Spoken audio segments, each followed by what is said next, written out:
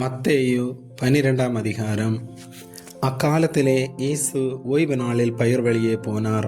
அவருடைய சீசர்கள் பசியாயிருந்து கதிர்களை கொய்து தின்னத் தொடங்கினார்கள்.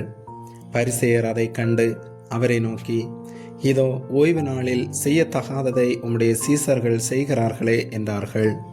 அதற்கு அவர், தாவீதும் அவனோடு இருந்தவர்களும் பசியாயிருந்தபோது செய்ததை நீங்கள் வாசிக்கவில்லையா? அவன் தேவனுடைய வீட்டில் பிரவேசித்து ஆசாரியர் தவிர வேறொருவரும் புசிக்கத்தகாத தேவ சமூகத்து அப்பங்களை தானும் தன்னோடிருந்தவர்களும் புசித்தார்களே.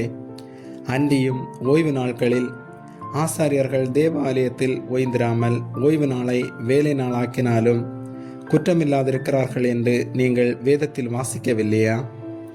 தேவாலயத்திலும் பெரியவர் எங்கே இருக்கிறார் என்று உங்களுக்கு சொல்லுகிறேன்.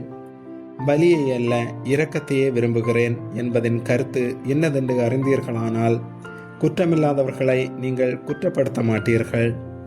மனுஷகுமாரன் ஓய்வு நாளுக்கும் ஆண்டவராய் இருக்கிறார் என்றார். அவர்